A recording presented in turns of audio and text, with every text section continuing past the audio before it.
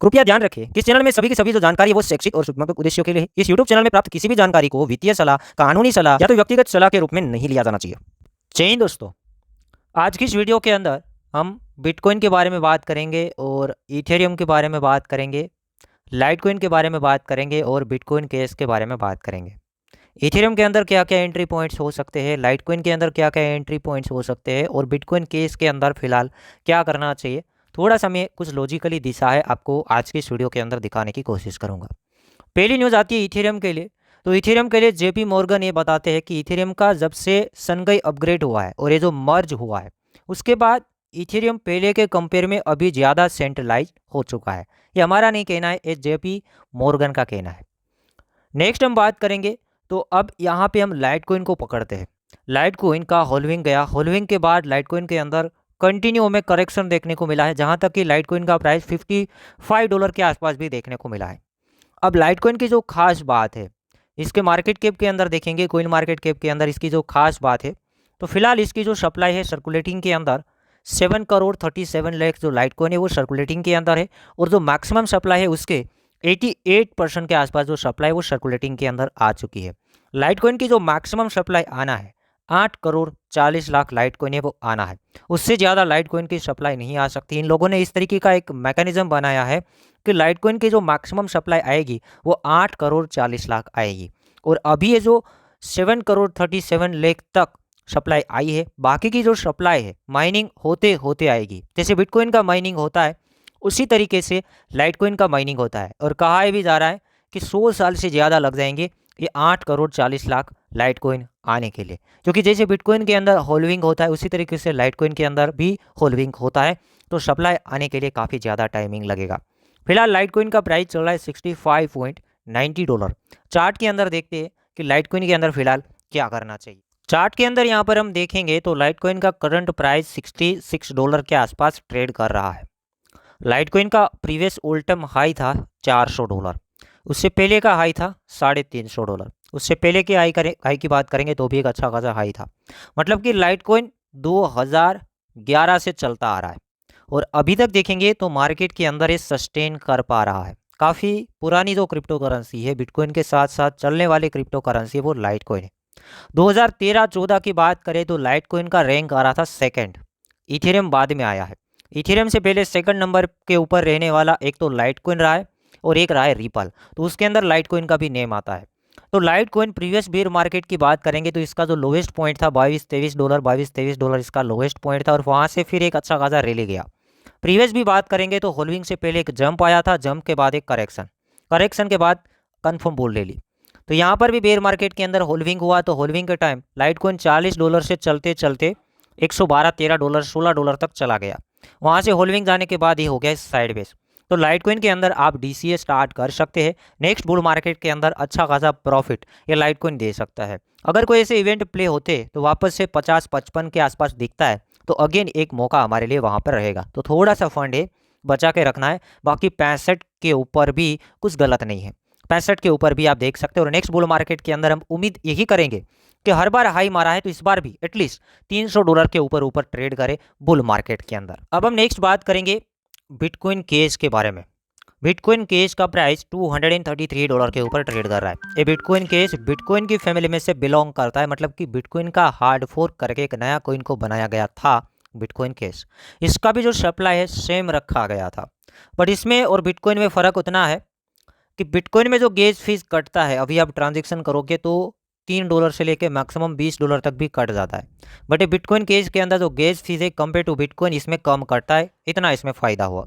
बाकी चीज़ें सेम है, बिटकॉइन का भी होल्विंग होता है, बिटकॉइन केस का भी होल्विंग होता है। बिटकॉइन का भी जो सप्लाई है 21 मिलियन है, बिटकॉइन केस का भी जो सप्लाई है 21 मिलियन है।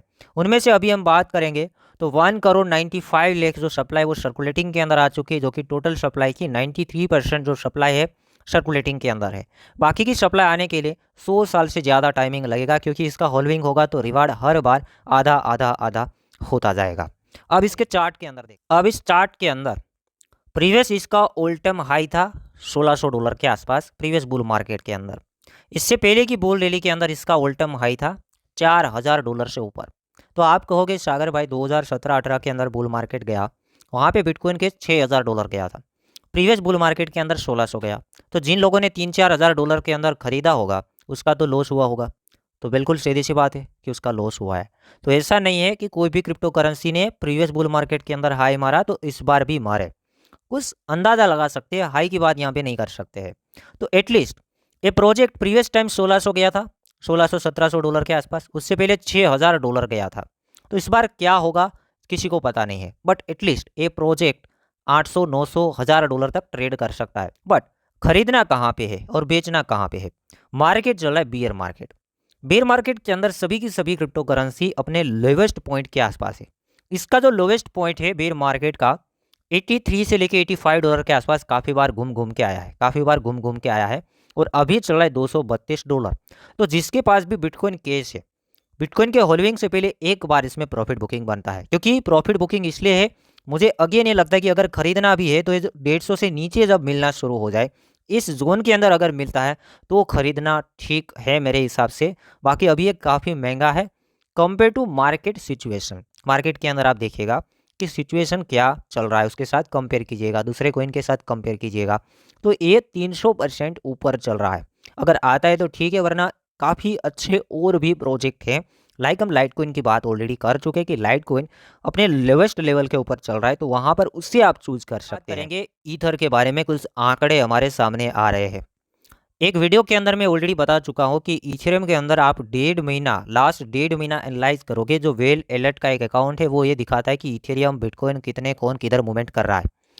तो लास्ट 1.5 महीने से मैं देखा तो इथेरियम प्राइवेट वॉलेट से सेंट्रलाइज एक्सचेंज की ओर मूव हो रहे हैं। तो इसका मतलब क्या होता है? सेंट्रलाइज एक्सचेंज के अंदर फंड तब भी आता है जब उसे सेल करना होता है।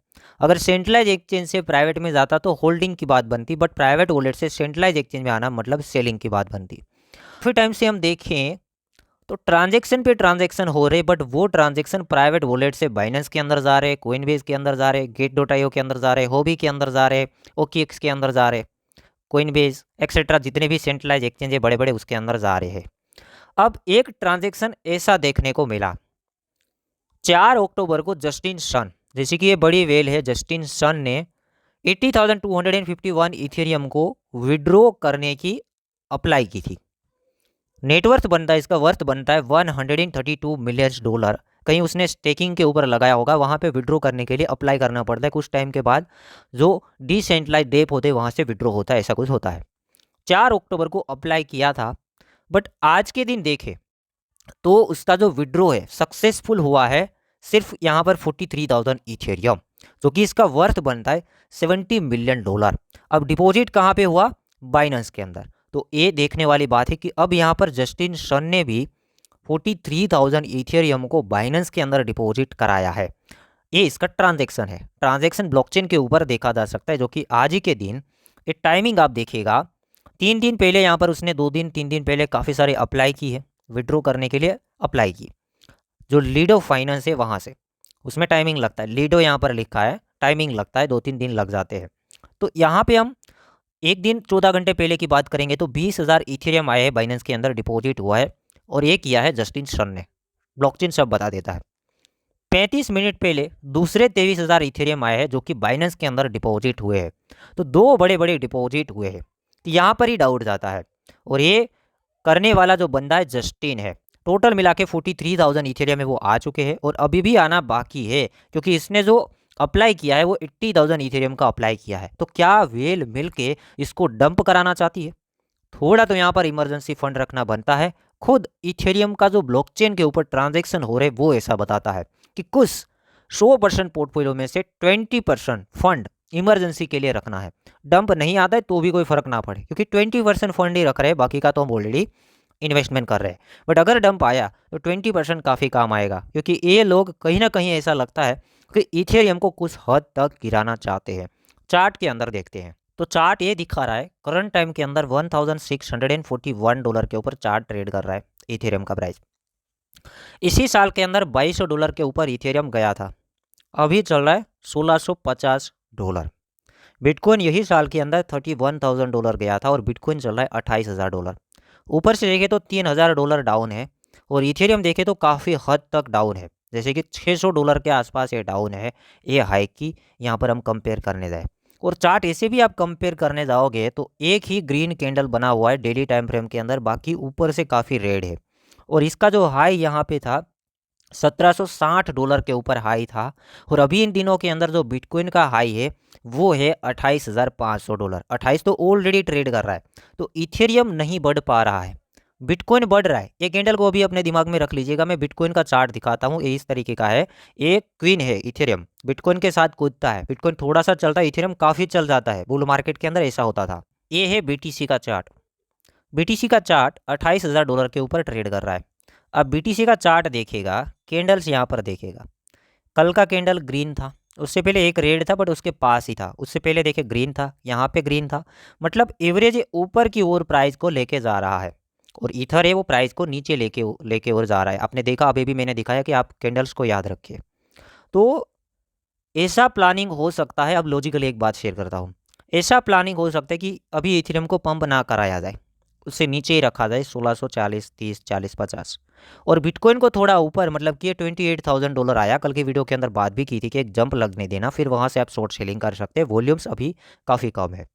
तो ऐसा हो कि बिटकॉइन को थोड़ा ऊपर ज़्यादा लिया जाए, फिर यहाँ से अगर गिराया जाए यहाँ तक, मतलब कि 26,900 के आसपास तक भी गिराया जाए तो इथेरियम 1500 से 1450 के आसपास चला जाएगा आसानी से। फिर यहाँ से अगर बीटीसी को इस लेवल तक गिराया वेल्स ने, जो कि $23,800 आ रहा है हमारा लॉन्ग टर्म एनालिसिस, एक बात है वो इथेरियम बता रहा है, तो इथेरियम $1,000 के आसपास आने की पॉसिबिलिटी बन जाती है। और वेल मे भी ऐसा चाहती है, मे भी। अब देखते हैं ईथर के अंदर। अब इस बीटीसी के चार्ट को याद कर लेना, यहाँ से याद कर लेना कि यहाँ से इतना गिराया जाए तो ईथर कितना गिर सकता है। तो बीटीसी को अगर उतना गिराया जाता है, वही लेवल्स के हिसाब से आप चले, थोड़ा सा नीचे आया तो ईथर आसानी से ये 1400 के लेवल्स के आसपास आने की पॉसिबिलिटी है। वहाँ से बीटीसी 23-22 के एरिया के अंदर घुसाया जाए तो इथेरियम आसानी से 1100, $1150, $1,000 के आसपास आने की पॉसिबिलिटी है। और $1,000 भी हो सकता है। ऐसा वेल इसलिए चाहती है क्योंकि हम ईथर की बात करेंगे। एक बात और चार्ट ये दिखा रहा है, बेयर मार्केट के अंदर जब FTX कोलैप्स हुआ था तब ईथर यहाँ तक ही आया था, जो कि $1100 के आसपास आया था। प्रीवियस लो को नहीं तोड़ा था, बट बिटकॉइन ने एक नया लो मार दिया था 15,500। ईथर ने नया लो नहीं मारा, जो कि $800 के आसपास जाना चाहिए था, बट नहीं गया है। तो मेरे हिसाब से बुल रिलीज शुरू होने से पहले वेल ऐसा करे कि यही लोवेस्ट पॉइंट के आसपास लाया जाए, यहाँ तक कहीं लाया जाए $1,000 के आसपास, और फिर बुल मार्केट शुरू किया जाए। तो इसलिए भी हो सकता है कि ब्लॉकचेन का डाटा इसलिए ये भी दिखाता होगा कि सेंट्रलाइज एक्सचेंज के अंदर वेल फंड डिपॉजिट करे, पैनिक में सेल करे, लोग भी सेल करे और फिर फटाक से अपनी झोली भर के इसको ऐसे घुमाए। तो हमारा 20% जो फंड है वो इधर लगाने के लिए रखना है। अगर आता है तो ठीक है, नहीं आता है तो 20% से कोई फ़र्क पड़ने वाला नहीं है। तो ये हो जाता है ईथर के बारे में कुछ अपडेट, जो कि थोड़ा लॉजिकली था। मैं देखता रहता हूँ ब्लॉकचेन के अंदर, आप भी देख रहे होंगे जो वेल अलर्ट के अंदर ट्रांजैक्शन होते हैं। वो एक देखने वाली बात है कि सेंट्रलाइज एक्सचेंज में ही ईथर आ रहा है ज़्यादा से ज़्यादा। आज तो जस्टिन के भी ईथर आ चुके हैं। जस्टिन कभी भी ऐसे कोई एक्शन लेता है कि वो कोई प्राइवेट वॉलेट से सेंट्रलाइज एक्सचेंज के अंदर फंड से वो ट्रांसफ़र करता है, तो ये बातें बनती है। और ये बातें अब ज़्यादा दूर नहीं है, मे भी आने वाले 10 से 15 दिनों के अंदर अगर बनना है ये वाली बात तो बन जाएगी, बाद में मे भी पॉसिबल नहीं है।